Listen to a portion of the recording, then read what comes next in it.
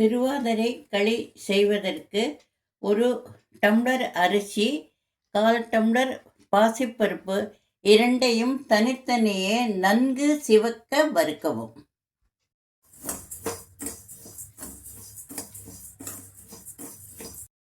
அரிசி நன்கு வறுபட்டவுடன் கீழே இறக்கி தட்டில் ஆற வைக்கவும். பாசிப்பருப்பையும் இதே முறையில் நன்கு சிவக்க வறுக்கவும்.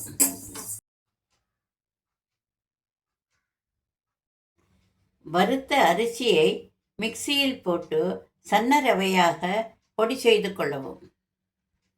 1 பங்கு உடைத்த அரிசி ரவைக்கு 2 பங்கு வெல்லம் எடுத்துக்கொள்ளவும்.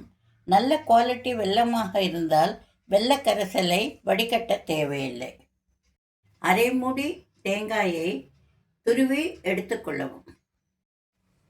ஒரு வெங்கல பானையிலோ இலுப்பச்சட்டியிலோ 1 பங்கு அரிசி ரவைக்கு 4 பங்கு வீதம் தண்ணீர் எடுத்துக்கொண்டு கொதிக்க விடவும்.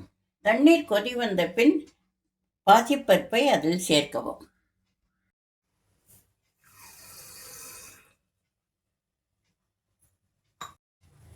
பாசிப்பருப்பு சற்று வெந்தவுடன் தேங்காய் துருவல், வெல்லம், ஏலப்பொடியை சேர்க்கவும்.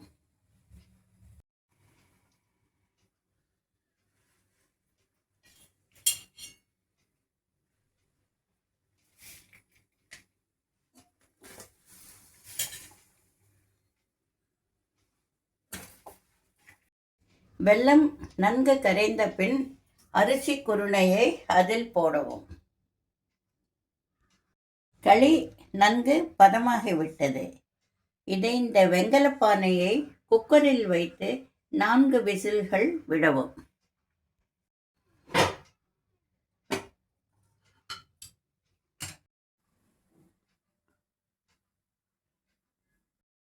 தேவையான அளவு முந்திரி பருப்புகளை நெய்யில் வறுத்து எடுத்துக்கொள்ளவும்.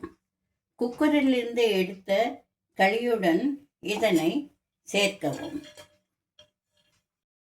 சிவபெருமானுக்கு நெய்வேத்தியம் செய்வதற்கு களி தயார்.